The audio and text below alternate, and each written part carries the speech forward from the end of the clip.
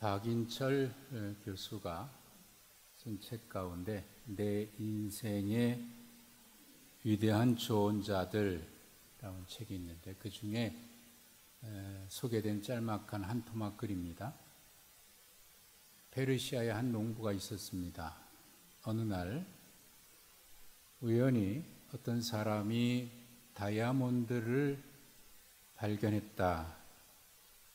그래서 부자가 됐다는 이야기를 듣게 되고 귀가 솔깃했습니다. 야, 그 다이아몬드 나에게도 있으면 이렇게 평생 고생하지 않아도 될 텐데 그런 마음이 들었고요. 편히 살 생각에 농사 짓는 일은 거들떠보지 않고 더 이상 힘들게 살기 싫어서 대대로 물려받은 농토를 헐값에 팔아 넘깁니다. 울며 만류하는 가족들을 뿌리치고 다이아몬드를 찾아 집을 떠났습니다. 다이아몬드를 발견했다는 소문을 따라 이곳저곳 찾아다녔지만 찾을 수가 없었습니다. 시간이 꽤 지났습니다. 농부의 옷은 남루해지고 건강도 몸도 야유어 갔습니다. 떠날 때 마련했던 여비도 다 떨어지고 이제는 거지가 되고 말았습니다. 그런데도 이 다이아몬드를 발견하기 전까지는 집으로 돌아갈 수가 없었습니다. 그 미련 때문에 헤매고 헤매다가 그만 어느 산골짜기에서 쓰러져 삶을 마감합니다. 얼마 후 몇 년 지난 뒤에 농부가 팔아넘긴 땅에서 놀라운 일이 벌어졌는데 헐값으로 밭을 샀던 그 사람이 농사를 짓다가 거기서 다이아몬드 광맥을 발견했다는 소문입니다. 이런 비슷한 이야기들 우리는 종종 듣습니다.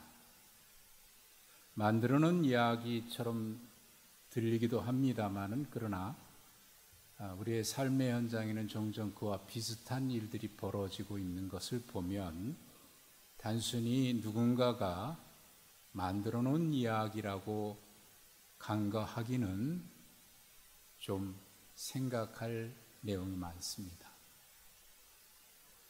사람은 자기가 선택한 만큼만 행복하다, 행복을 누린다. 아브라함 링컨 대통령이 한 말입니다. 아브라함 링컨 대통령은 참 많은 고생을 했던 사람으로 우리가 알고 있지요. 아내와의 사별의 아픔이 있었고 수없이 많은 선거에서 패배하는 그리고 남북 전쟁의 소용돌이를 지냈던 아픔이 있었습니다. 살면서 이런저런 아픔 때문에 자살을 기도하기도 했던 사람입니다. 얼마나 힘들었으면 그런 생각까지 했을까? 그런데 그 어려움 가운데도 그는 인생을 포기하지 아니하고 절망을 극복하기로 결심을 했고 그리고 그 이후의 삶은 행복하게 살았다고 합니다. 한 젊은이의 총에 맞아 죽었긴 했습니다만 그 전까지 그는 행복하게 살았던 사람으로 우리가 기억을 합니다. 예수님이 어느 날 바리새인 지도자의 집에 식사 초대를 받으셨습니다. 그 식사 중에 이야기를 하십니다. 부활의 때에 의인들이 받을 복에 대해서 말씀을 하셨습니다. 그러자 그 자리에 있던 바리새인 중에 한 사람이 이렇게 말합니다. 하나님 나라에서 떡을 먹는 사람은 얼마나 복될까? 그 말을 들으신 주님이 이야기를 시작하셨습니다. 오늘 우리가 함께 읽으셨던 이야기가 주님이 그런 상황에서 하신 말씀입니다. 어떤 사람이 큰 잔치를 베풀고 많은 사람을 초청했습니다. 잔칫날이 되어 종들을 다시 보내서 정중하게 사전에 초대했던 그분들을 찾아갑니다. 전에 우리 주인께서 초청하신 잔칫날이 되었습니다. 이제 모든 것 다 준비되었으니 오십시오. 정중하게 이야기를 전합니다. 그런데 웬일인지 초청받았던 사람들은 모두 거절하고 오지 않습니다. 성경에는 그들이 다 일치하게 거절했다라고 했습니다. 그러나 예수님은 그 중에 세 사람의 예만 들어서 말씀을 하십니다. 한 사람은 밭을 샀으니 나가봐야 한다며 양해해달라고 합니다. 또 한 사람은 소 5결이 5쌍을 사서 시험해 봐야 하니 이도 양해해달라는 말과 함께 가지 않습니다. 또 한 사람은 장가 들었기 때문에 갈 수 없다라고 간단하게 거절했습니다. 여러분, 잔치를 열어놓고 사람이 오지 않을 때처럼 난처할 때가 없습니다. 더욱이 온다고 했던 사람들이 오지 않는다면 이보다 황당할 때가 없습니다. 이들이 주인의 초대에 거절한 이유는 나름대로 이유가 있습니다. 타당해 보입니다. 그리고 그 중에 두 사람은 청컨대 나를 양해해달라 라며 예의 바르게 거절합니다. 하지만 사전에 초청했고 그들이 온다고 했으니 그에 맞게 잔치를 준비했는데 막상 당일이 되어 오지 않는다면 그 주인은 얼마나 곤란했을까요?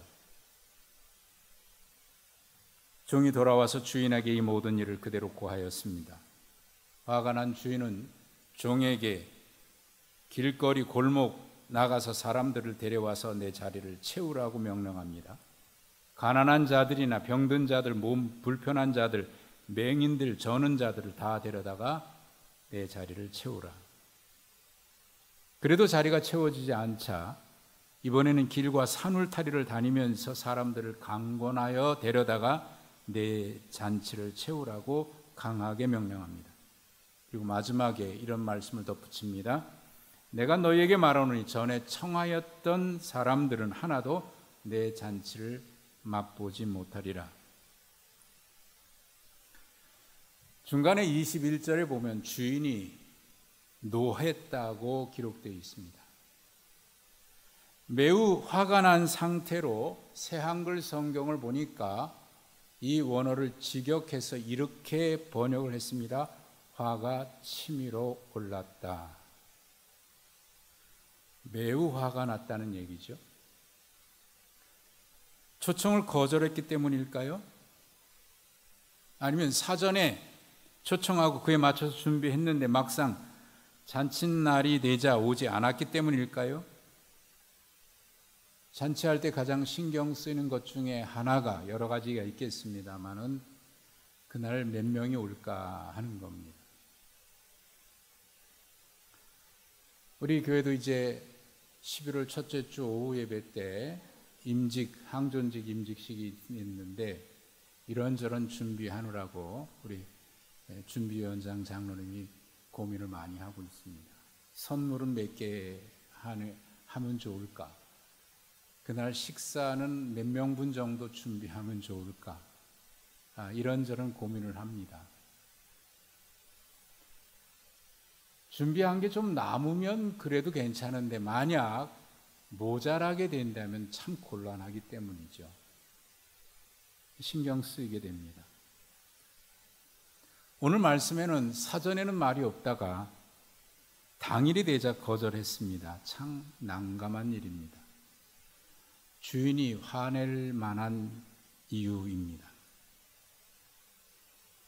단지 그것뿐일까요? 혹시 주인은 무시당했다고 생각한 것은 아닐까요?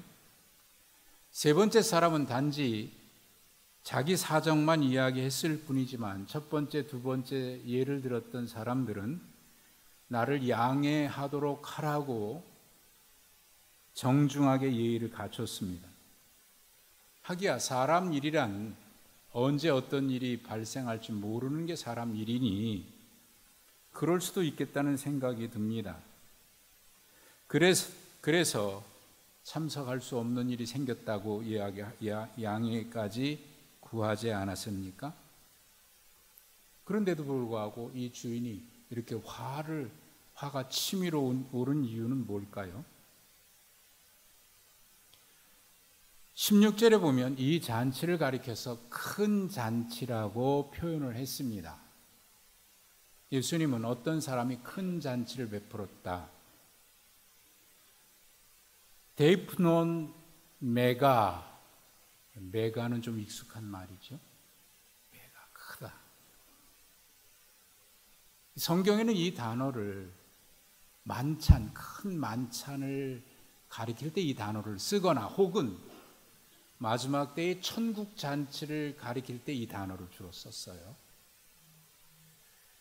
그리고 16절에 있는 이 어떤 사람은 예수님의 이야기가 시작될 때는 그냥 어떤 사람이라고 얘기했습니다만 이야기가 진행되면 진행될수록 그 사람은 어떤 사람이 아니라 뭔가 큰 사람, 대단한 사람이라고 하는 것이 점점 이야기 속에서 드러나기 시작을 합니다. 21절과 23절에 보면 어떤 사람이든지 강권해서 데려다가 내 집을 채우라 라고 이야기를 합니다. 그 정도 힘이 있고 능력이 있어 보입니다. 그러고 보면 21절에 주인이 노했다라고 했을 때 이 노했다는 것은 단지 어떤 사람의 노를 얘기한 것이라기보다는 하나님의 진노를 표현할 때 쓰는 그런 방식으로 기록한 것을 보면 이유를 알게 됩니다. 24절에는 어떤 사람이 베푼 큰 잔치가 24절에 마지막에 가서는 내 잔치라고 바뀝니다. 단순히 큰 잔치가 아닌 내 잔치라고 이야기합니다. 그렇습니다. 이 잔치는 그냥 만찬이나 어떤 규모가 큰 잔치가 아닌 하나님이 베푸신 하나님 나라의 잔치인 겁니다. 이 비유가 15절에 바리새인 중에 한 사람이 하나님 나라에서 떡을 먹는 사람은 참 복됩니다 라고 하는 말에 이어서 예수님이 이 비유의 말씀을 하신 것이기 때문에 이야기는 규모가 큰 어떤 잔치라기보다는 하나님 나라의 큰 잔치를 말하는 거죠. 그렇다고 보면 24절에 주인이 한 말은 그때 있을 마지막 심판과 같은 말씀입니다. 전에 청하였던 그 사람들은 하나도 내 잔치를 맛보지 못하리라. 새한글 성경의 번역은 이렇습니다. 초대받은 저 사람들 가운데 내 잔치를 맛볼 사람은 하나도 없을 것이다. 초대받은 사람은 하나도 잔치에 참여하지 못할 것이다. 요즘 신천지들이 막 편지를 또 보내고 막 그래요. 지난 며칠 전에도 교회 이름으로 신천지가 보낸 과천의 어떤 무슨 집화 그러면서 보냈어요. 또 교인이나 이런 연고를 통해서 교회 안에 숨어 들어와서 교인들의 정보나 전화번호를 습득해서 가끔 이상한 문자를 보내거나 성경 구절 하나를 인용해서 보내는 경우가 있습니다. 그 중에 하나가 바로 이런 성경이에요. 본 백성은 쫓겨나고 다른 백성이 잔치에 참여한다는 그런 말씀, 오늘 말씀도 그와 비슷한 건데 그 얘기하면서 기존의 교인들은 천국 들어가지 못하고 자기들만 천국 들어간다 이런 식으로 해석을 해서 교인들의 전화번호를 가지고 문자를 그냥 보냅니다. 그런 일들이 종종 있어요. 의도를 우리가 잘 알아차려야 합니다. 그리고 이 말씀은 지금까지 익숙했던 게 뭐냐면 교회에서 초청주일이나 전도주일 할 때 이 말씀을 가지고 강조합니다. 예배당을 강권해서 데려다가 채우라. 이렇게 주로 많이 들었던 기억이 날 겁니다. 자, 그런데 과연 오늘 이 말씀은 어떤 맥락에서 주님이 하셨나 하는 것을 잘 살펴볼 필요가 있습니다. 그리고 왜 주인은 그렇게 화를 냈을까 하는 것을 이 말씀의 시작, 왜 어떤 상황에서, 그리고 예수님은 이 말씀을 왜 하셨는지를 우리가 본문을 자세히 읽어보면서 이해를 하다 보면 이 말씀의 의도도, 이 말씀의 뜻도 비로소 제대로 알게 됩니다. 누가복음 14장 1절, 이 오늘 본문이 이어지는 같은 장소에서 이어지고 있는데 14장 1절에 보면 예수님 바리새인의 집에 초대를 받으셨죠.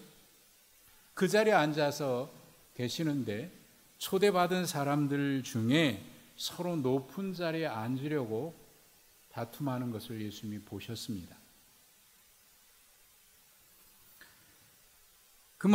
그것을 보고 무릇 자기를 높이는 자는 낮아지고 낮추는 자가 높아지리라 라고 하는 말씀을 하셨고, 이어서 예수님이 하신 말씀이 이겁니다. 그 잔치에 청한 사람에게 하신 말씀입니다. 부한 이웃을 청하지 말아라. 두렵건대 그 사람이 너를 도로 청해서 너에게 갚을까 하노라. 잔치를 베풀거든 차라리 가난한 자들, 몸 불편한 자들, 저는 자들, 맹인들을 청하라. 그리하면 그들이 갚을 것이 없으므로 내게 복이 되리니 이는 의인들의 부활 시에 내가 갚음을 받겠습니다. 내가 이 사람을 초대하면 이 사람이 나에게 갚아줄 것을 미연에 사전에 예측하고 그럴 만한 사람, 내가 다시 보답받을 만한 그런 사람들만 선택해서 이 사람 정도 초청하면 이 사람은 나중에 나보다 더 좋은 자리에 초청하겠지. 그렇게 내가 그것을 돌려받을 것을 예상하고 예측하고 그럴 만한 사람들을 초청하지 말아라는 거예요.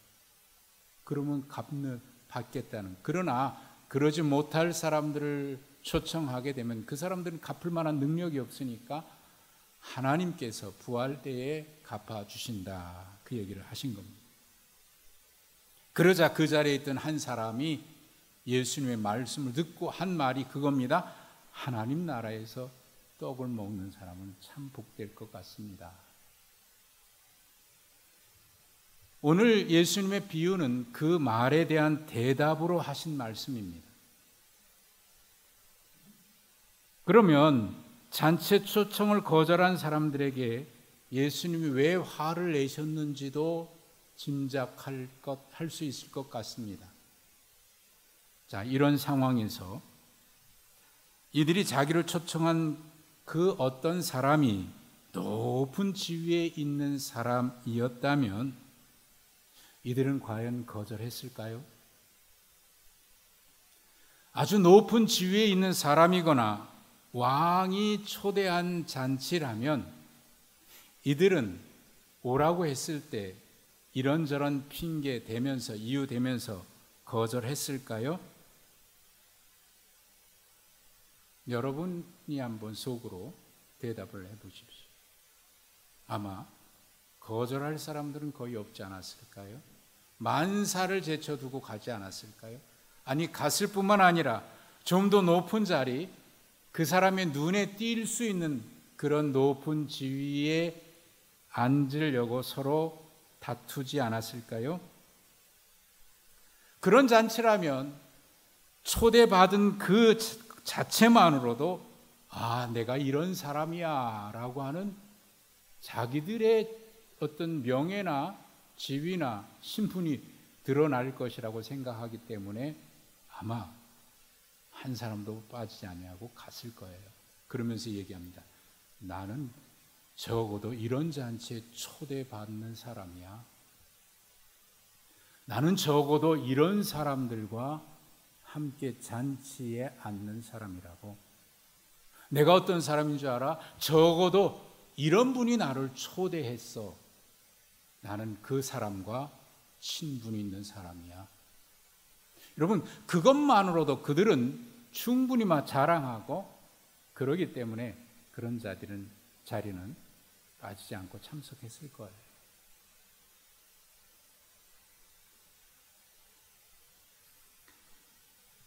초청에 응할 것인가 말 것인가, 그 선택의 기준은 자기의 명예입니다.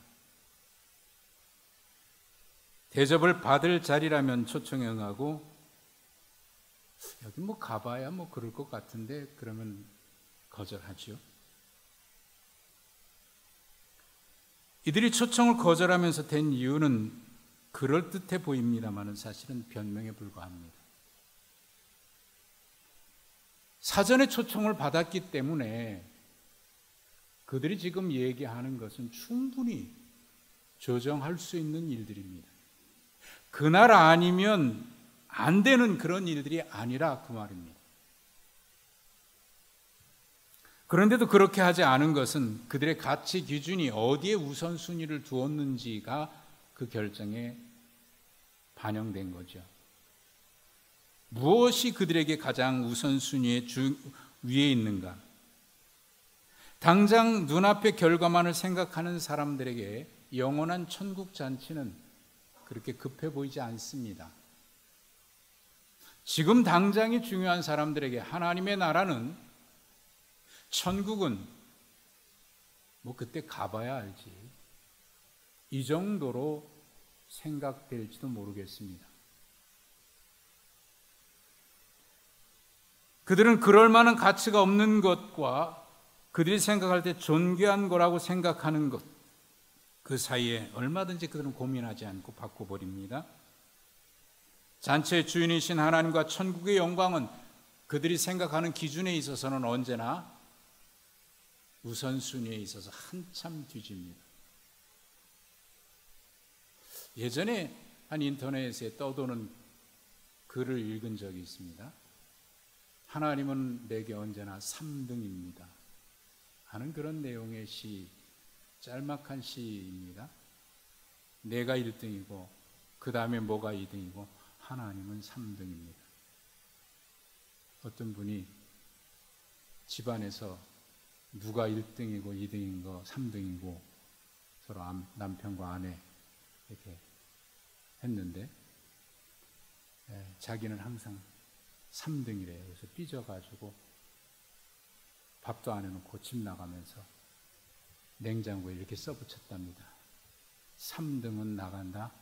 1등끼리 뭐 알아서 먹어라.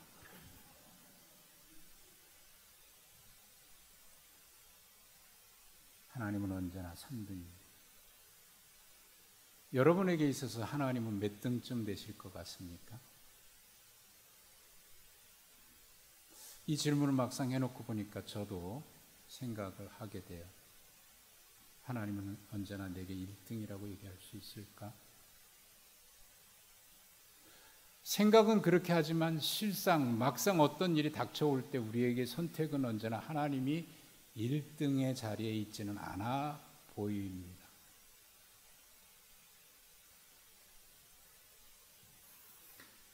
하나님의 영광, 그 잔치는 밭, 소 결혼과 기준을 두고 선택할 때 우선순위에 있습니다.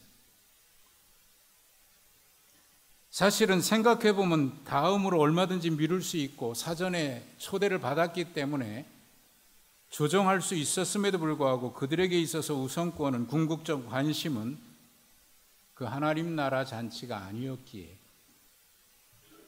거절하고 말았습니다. 무엇보다 제가 이 사람들의 그럴듯한 이유가 변명이라고 말씀드리는 이유가 있습니다. 사실 밭과 소를 샀다고 했는데, 그리고 그것을 시험하여 보기 위해서 갔다고 했는데, 사실 이런 거를 살 때 사전에 검토해보고 이걸 살만한가? 사야 되나? 이런 거 점검하지 않고 검토하지 않고 소가 쓸만할까? 건강할까? 그거 시험하지 않고 사는 사람이 있을까요? 그런 사람은 아마 없을 겁니다. 그리고 둘이 똑같은 핑계를 댔다고 했는데 사실은 둘이 아니라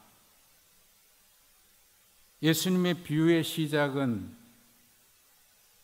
청했던 사람들이 다 일치하게 사양했다고 했습니다. 여기 일치했다고 하는 것, 사전에 그들은 짜고 안 가기로 작정한 것 아닐까요? 그래서 그 주인을 곤란하게 만들 생각으로, 아니 그 잔치 우리 없이 되나 보자, 뭐 그런 심산이었는지 다 일치하게 거절했다라고 되어 있습니다. 뭔가 짠 것 같은 생각이 듭니다. 주인을 곤란하게 할 생각, 아니 욕볼 생각으로요. 당신의 잔치 정도는 가지 않는다고 우리를 그 정도로 생각하냐고 공개적으로 주인을 욕보이려고 한 의도가 보입니다. 종은 그들의 의도를 알아차렸습니다. 그래서 그 사실을 주인에게 이야기하는데 21절에 보면 종이 돌아와 주인에게 그대로 고했다고 얘기했습니다. 이 모든 일을 그대로 상세하게 이야기한 겁니다. 이 정도 된다면 우리는 주인이 어떤 반응을 하게 될지 예측 가능해 보입니다. 그래? 너희들이 그랬다고 보복을 할 수도 있을 것이고 명예손상당한 일에 합당하게 조치를 취할 수도 있습니다. 그런데 주인은 그렇게 하지 않고 오히려 그래도 잔치는 해야 되니 다른 사람들을 초청해서 참여하게 합니다. 그러면서 하는 말이 강권하여 데려다가 채우라고 얘기를 합니다. 우리는 이 강권하다라고 하는 단어에 이런 생각을 가지고 있는 것 같아요. 강제로 데려와라. 안 오려고 해도 억지로 끌어다가 앉혀라. 그런 뉘앙스로 이해하는 것 같아 보입니다. 또 그렇게 생각했던 하는 사람들도 많아 보이고요. 근데 여기에 이 강권이라고 하는 단어는 그렇게 강압적으로 억지로 막 끌어다가 앉혀놓으라는 얘기가 아닙니다. 하나님은 끊임없이 우리를 초청하시는데 하나님의 초청은 그런 초청이 아닙니다. 창세기부터 요한계시록까지 성경에는 끊임없이 하나님이 우리를 찾아오고 계시고 끊임없이 우리를 초청하시는 하나님의 음성으로 성경은 가득합니다. 독생자를 보내시기까지 우리를 안타까운 마음으로, 간절한 마음으로, 뜨거운 사랑으로 우리를 초대하고 계시는 것이 성경 창세기부터 요한계시록에 기록된 하나님의 안타까운 사랑의 메시지입니다. 케네스 베일리라고 하는 신학자가 있는데 이집트, 이스라엘, 레바논 등지에서 40여 년을 살면서 그 지역의 문화를 연구한 사람입니다. 그분은 그 당시에 이 단어가 어떤 맥락에서 쓰였는지에 대해서 얘기를 했습니다. 절박하게 권유해서 해야 될 필요성이 있을 때 이렇게 한다고 합니다. 그러니 오늘 본문의 내용으로 본다면 이런 것입니다. 나중에 초대받은 사람들은 그 초대를 어떻게 생각했을까요? 아, 말도 안 돼. 나 같은 사람을 그분이 나를 초대한다고? 이거는 아닌 것 같아. 그런 일은 있을 수 없어. 나를 보라고 내가 어떻게 그분의 잔치에 참여할 수 있는 사람이냐.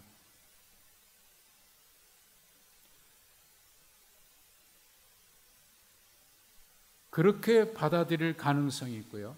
또 한 사람은 우리를 초대한 이유는 자기가 얼마나 높은 사람인지를 보여주기 위해서, 과시하기 위해서 그런 걸 거야. 그 거짓말이야 라고 생각하는 사람도 있을 수 있을 겁니다. 그래서 이 강권해야 하는 이유가 있다는 겁니다. 그들이 생각지도 못한 초대를 정말 당신들이 초대받았다는 사실, 그리고 그 초대는 당신들을 환영하는 자리라고 하는 것을 어떻게든지 그들에게 확신시켜주고 그들에게 보여주어 이 진심을 보여주어야 하기 때문에 강권하다. 강권은 바로 그런 맥락에서 그 사람들을 초대할 때 했다는 겁니다. 그러면서 이런 말을 덧붙였어요. 그들이 주저하거든 손을 붙잡고 내가 그리하지 않으면 안 되는 것처럼 굴면서 그들을 끌고 오라. 나는 내가 모든 방법을 다 써서 그들에게 이 초대가 진심이고 그리고 그대가 진정 이 잔치에서 환대받는다고 하는 사실을 보여주고 싶다. 이런 의미라는 겁니다. 자, 그렇다면 첫 번째 거절했던 사람들과 나중에 초대받은 사람들은 분명히 그들의 생각이 어떠했는지가 좀 짐작이 되지 않습니까? 높은 자리에 앉기를 좋아해서 잔치에 참여하면 그 자리에 먼저 앉으려고 다투는 사람들, 그런 자리라면 만사 제쳐두고 가고 싶어하는 사람들, 그런 사람들에게 어떤 사람이 초대한 그 잔치는 내가 반드시 가서 그 높은 자리에 앉아야 될 만한 가치가 없어 보입니다. 그런데 그 어떤 사람이 나중에 보니까 그냥 어떤 사람이 아닌 하나님이라는 사실이 이게 충격으로 다가왔을지 모르겠어요. 그러나 그때는 이미 그들이 거절했던 거죠. 그 거절했던 자리는 하나님의 영원한 축복으로의 잔치 자리였습니다. 하나님의 초청에 응할 것인가 응하지 않을 것인가 우리는 각자가 결정할 몫입니다마는 그 선택의 결과는 하나님의 잔치에 참여해서 그 잔치에 떡을 먹을 수 있을까 그렇지 않을까. 이 바리새인이 하나님 나라의 잔치에서 떡을 먹는 사람은 복되도다 했지만 결국 그들은 세상에 있는 일 때문에 그 잔치를 거절하고 말았죠. 예수님은 말씀하십니다. 심령이 가난한 자가 복이 있다고 말씀하셨습니다. 그리고 마음이 청결한 자에게 복이 있다고 하시면서 그들이 하나님 나라를 유업으로 물려받고 하늘 천국 백성이 된다고 하셨습니다. 바로 그 하늘 잔치에 들어간 사람들은 심령이 가난한 그들이었습니다. 그 초대에 나 같은 자를 불러주시다니. 하나님이 독생자를 이 땅에 보내실 만한 이유가 우리에게 있을까요? 우리에게는 전혀 없습니다. 그분의 사랑 때문인 거죠. 그것이 당연하게 여겨집니까? 아니면 정말 나 같은 사람 불러주시다니, 이토록 사랑하시다니 그에 대한 감격으로 응답해야 하지 않을까요? 오늘 말씀은 우리에게 이런 질문을 남깁니다. 우리는 하나님의 초청에 어떻게 응답하고 있을까라고 하는 질문을 우리에게 남깁니다. 함께 찬송 부르시면서 이 질문에 여러분의 마음에 결단이 있기를 바랍니다.